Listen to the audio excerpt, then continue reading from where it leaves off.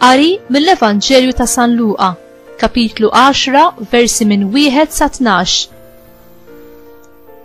F'dak iż-żmien, il-mulej għażel 72 oħra u bagħthom 2 qablu f'kull belt u post fejn kien se jmuru.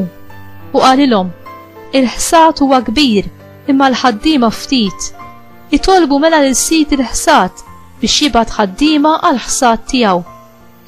Morru waraw, qiegħed nibgħatkom bħal ħrief qalb lil pub.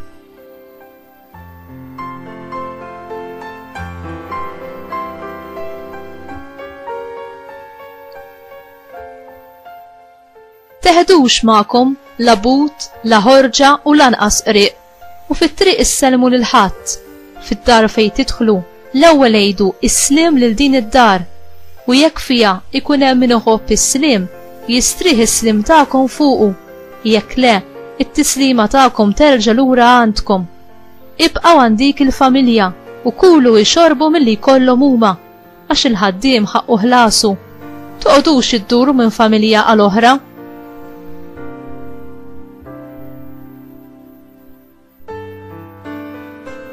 F'kull belt li fiha tmorru u jilqawkom, kulu dak li qegħdulkom qudiemkom.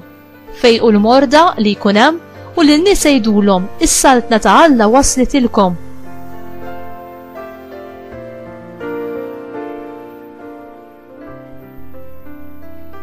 Imma l-belt li fiha tidħlu u ma jilqawkomx, oħorġu fil-pjazzett tagħha u għejdu: sat-trab ta' beltkom infalfru minn riġlejna u nħalluha likom. Imma kunu għafu dan, is-saltna ta' Alla waslet. Ngħidilkom li dak il-jum ikun eħfef għal Sodoma milli għal dik il-belt. Il-kelma tal-mulej, tifħir lilek Kristu.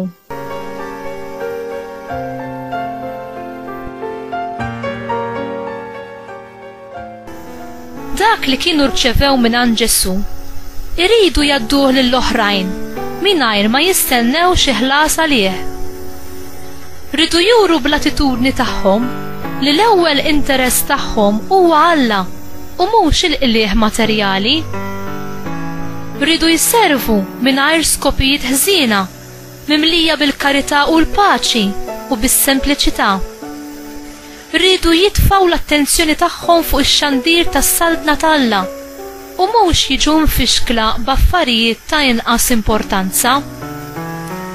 Ridu jivvjaġġaw ħfief, jieħdu biss dak li kien l-essenzjal u jħallu warajhom dak li seta' jiddistrattom biex ikunu jistgħu jikkonċentraw fuq il-ħidma tax-xandir tal-kelma ta' Alla. Kellhom jagħmlu dan ix-xogħol mhux għal dak li setgħu jiksbu minnu, imma għal dak li setgħu jagħtu b'xejn lill-oħrajn, mingħajr ma jistennew xi privileġġi speċjali jew xi forma ta' ħlas.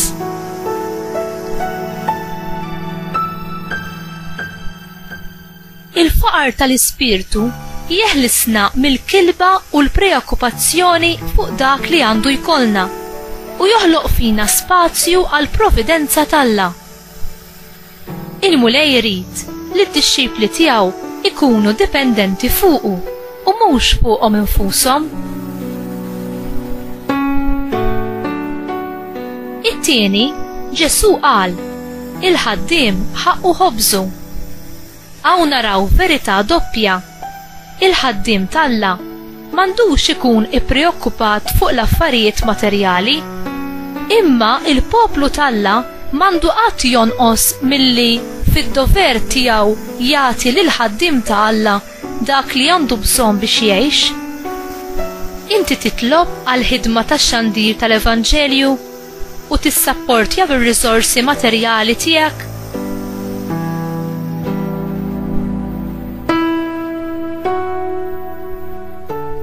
Ġesu jtemm l-istruzzjonijiet tiegħu bit-twissija. Jekk in-nies tirrifjuta l-istedina ta' Alla, ikunu jġibu il-kundanna fuqhom infushom. Meta Alla jagħtina l-kelma tiegħu, din hemm magħha responsabbiltajiet kbar li nwieġbu għaliha. L-indifferenza m'għandix posta hawn.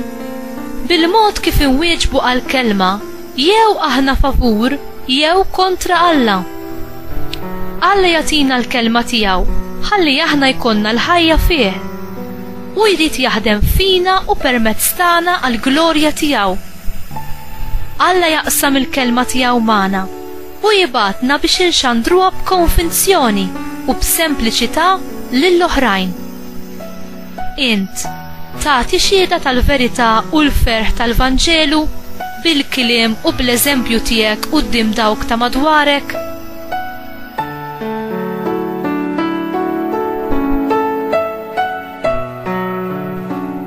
Mulej, għamel li l-ferħ u l-verità tal-Vanġelu jittrasforma lil ħajti ħalli jien nagħti xhieda tiegħek ma' dawk ta' madwari.